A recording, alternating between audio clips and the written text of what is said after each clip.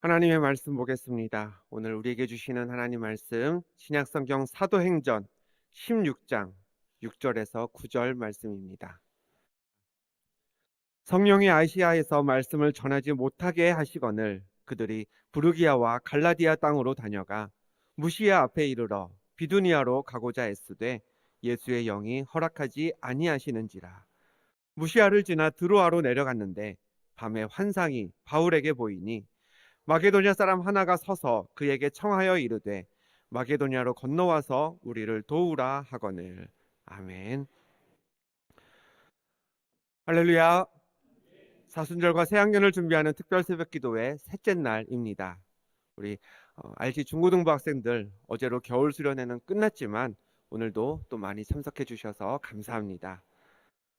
절기상 사순절, 그러니까 부활절 이전에 주일을 제외한 40일은요 늘 수요일이 그 시작점이 됩니다. 사순절이 시작되는 수요일에는 예로부터 종려나무를 태우고 나서 남는 그 까만 태우고 남는 재 있죠. 그 재로 이마에 십자가를 그려 넣은 채 지냈습니다. 그래서 이날을 재의 수요일이라 하고요. 오늘 수요일이 바로 그 날입니다. 우리 옆자리에 가족들이나 또 자녀들 혹은 뭐 손을 잡아도 되는 친구들이 있다면 뭐 이마도 좋고요. 손등도 좋고요. 뭐 좋습니다. 십자가를 새기며 살라는 뜻으로 우리 손을 살짝씩 대면서 십자가를 살짝쿵 그려주면서요. 이렇게 축복하면 어떨까 싶습니다. 우리 십자가를 새기고 하나님 마음에 합한 삶을 삽시다 라고 인사 나누시길 바랍니다.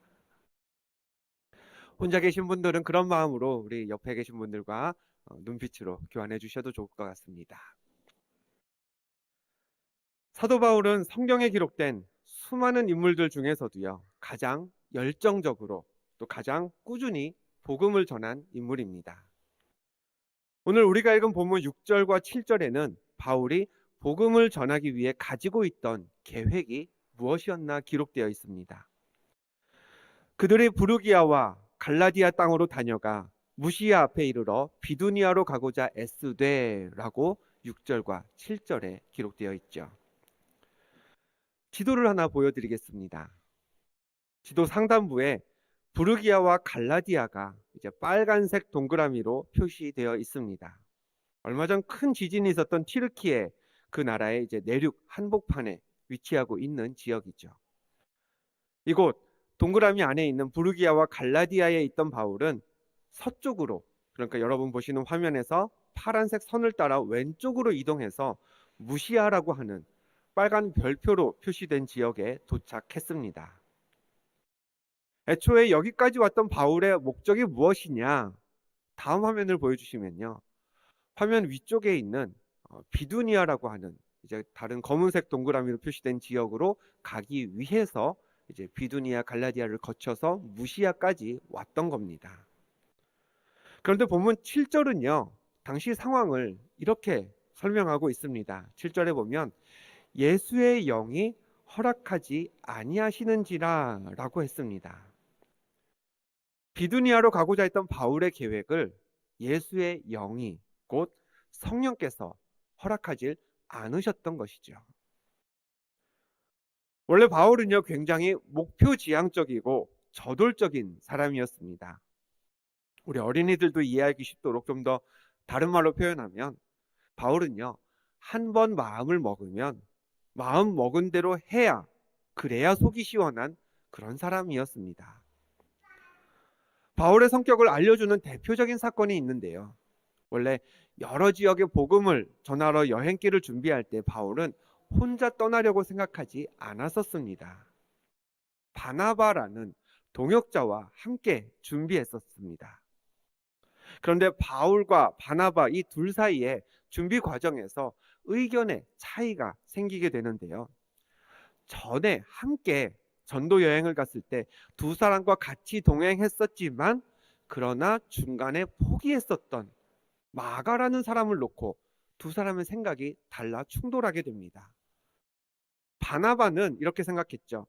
이번에도 마가를 같이 데리고 갑시다. 바울은 어떻게 한 번 낙오했던 사람을 또 데려갑니까? 그래서는 안 됩니다. 둘이 그렇게 다르게 생각했던 거죠.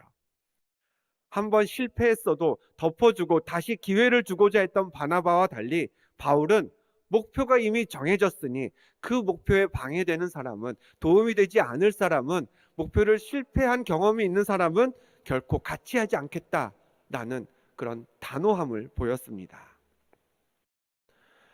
이런 바울이 목표를 보면 그 목표를 향해서 뭐 정을 갖는다든지 연민을 갖는다든지 그래도 관계를 생각하다든지 이런 게 아니라 그냥 목표를 향해서만 나갈 줄 알았던 그런 바울이 무시아에 있을 때 성령께서 바울의 원래 계획을 막으셨다고 했지요.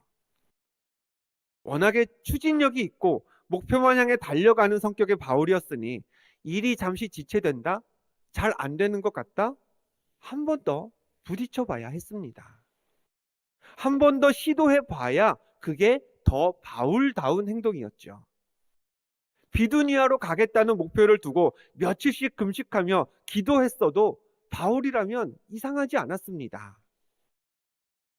그런데 오늘 본문에서는요, 바울이 그렇게 목표를 이루겠다고 집요하게 나서질 않습니다. 본문 8절에 그냥 이렇게 기록되어 있죠. 무시아를 지나 드로아로 내려갔는데 라고 했습니다. 무시아에서 비두니아로 가려는 계획이 막히자 바울은 순순히 목적지를 바꾸었습니다. 비두니아가 아닌 드로아로 향했던 거죠. 바울 정도로 목표지향적인 사람이라면 이리저리 다른 방법을 간구해 보든가 계획한 대로 안 되는 현실을 놓고 불평이라도 해야 되는 거 아닙니까? 그것도 아니면 최소한 왜 이렇게 안 되는지, 왜 내가 가려는 길이 막히는 것인지 이유라도 알고 짚고 넘어가야 했습니다. 근데 바울은 그러지 않았습니다. 불평도 없고 이유도 모르지만 성령이 막으심을 깨닫자 그 사실을 받아들였습니다. 그리고 침착하게 목적지를 바꾸어서요, 새로운 곳으로 새 길을 가기 시작했습니다. 요한계시록 3장에는 이런 말씀이 있습니다. 제가 읽어드리죠.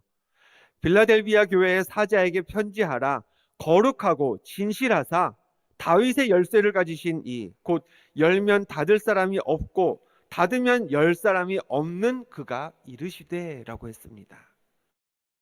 문을 열고 닫으시는 분은요, 예수님이십니다. 예수의 영, 성령께서 문을 열면 그 문을 닫을 사람이 없다고 했고요. 또 성령께서 문을 닫으시면 자신이 열 수 없다는 사실을 바울은 깨달았던 것이죠. 비두니아로 가려는 자신의 문이 닫혔음을 알고 그게 하나님의 뜻임을 알았습니다. 하나님의 뜻에 맞추어서 자신의 계획을 바울은 바꾸었습니다.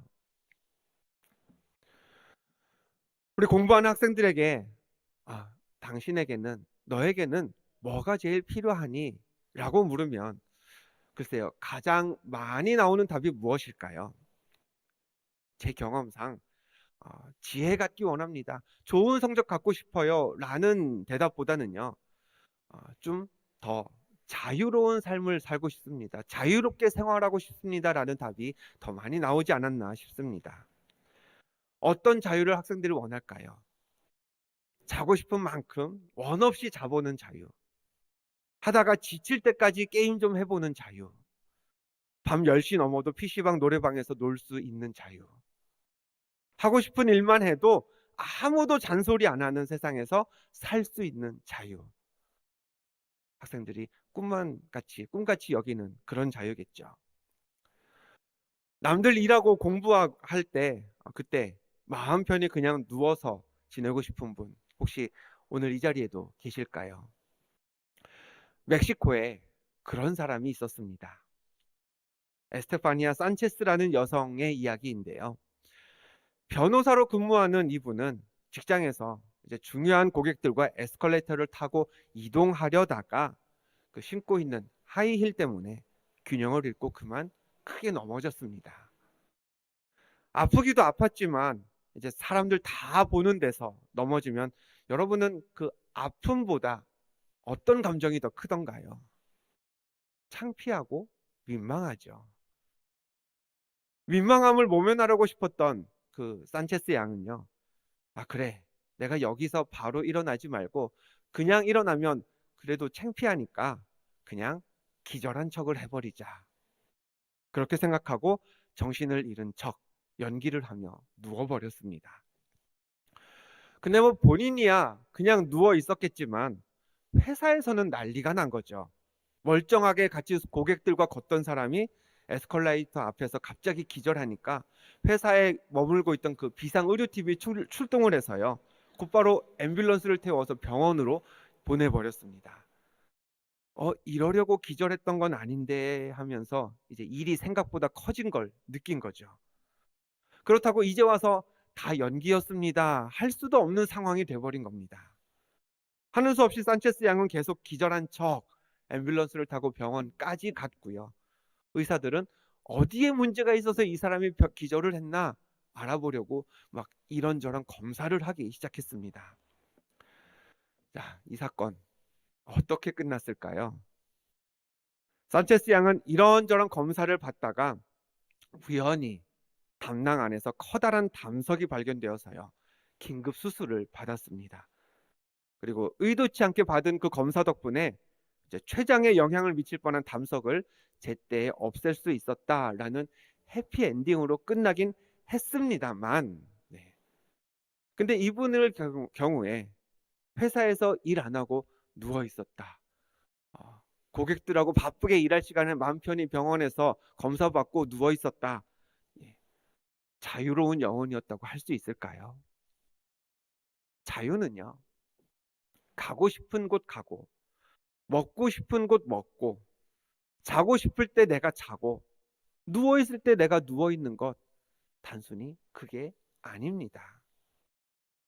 일을 해도요, 혹은 쉬어도요, 또 공부를 해도요, 아니면 놀고 있어도요, 무엇을 하든지 마음이 평안한 게 그게 진짜 자유겠죠. 바울은 비두니아로 가길 원했습니다. 근데 가지 못했습니다. 단순하게 생각하면 바울은 하고 싶은 대로 하질 못했으니 자유롭지 않았다고 해야 옳습니다. 화가 나고 왜 내가 하고 싶은 대로 못하는 거야? 불평이 쏟아져야 맞는 거죠. 그런데 바울은 내가 자유롭지 못하네. 내 자유가 왜 엉클어지는 거지? 하면서 흔들리지 않았습니다. 하나님이 막으시는 줄 알고 조용히 비두니아가 아닌 드로아로 향했습니다. 계획이 변경되어도요, 괜찮았던 겁니다. 불편한 마음 없이 바울은 여전히 자유로웠습니다. 왜 그랬을까요? 바울이 빌립보 교회에게 했던 말, 우리가 잘 아는 말씀이죠. 빌립보서 4장 13절, 내게 능력 주시는 자 안에서 내가 모든 것을 할 수 있느니라 라는 이 믿음이 바울에게 있었기 때문이었습니다. 바울은 믿었던 거죠.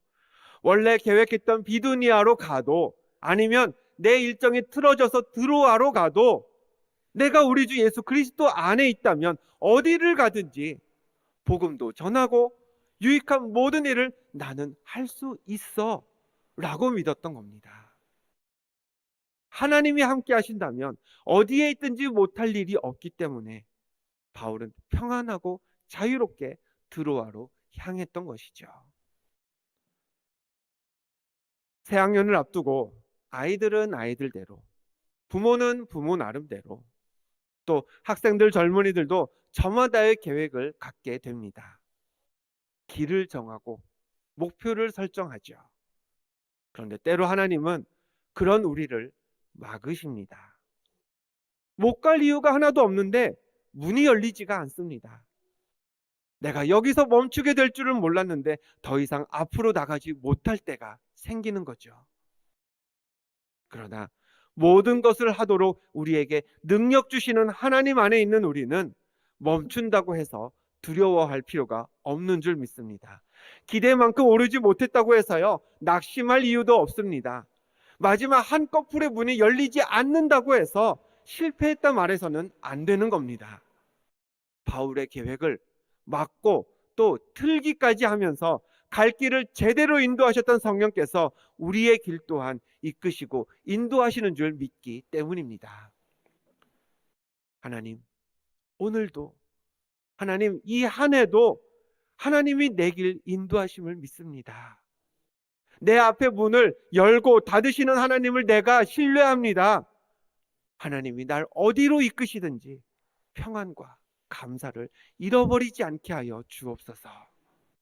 우리 이렇게 고백하실 수 있는, 이렇게 기도하실 수 있는 오늘 여러분들이 되시기를 축복합니다. 우리를 자유케 하시는 성령님과 동행하시기를 다시 한번 축복합니다. 그런 마음으로 바울처럼 내 계획, 내 길은 바뀌고 틀어질지라도 우리를 자유케 하시는, 우리를 어디를 가든지 평안케 하시는 그 하나님과 함께 이 새 학년, 새 학기 주 안에서 승리하는 삶의 주인공 되시기를 주님의 이름으로 축원합니다. 우리 기도하겠습니다.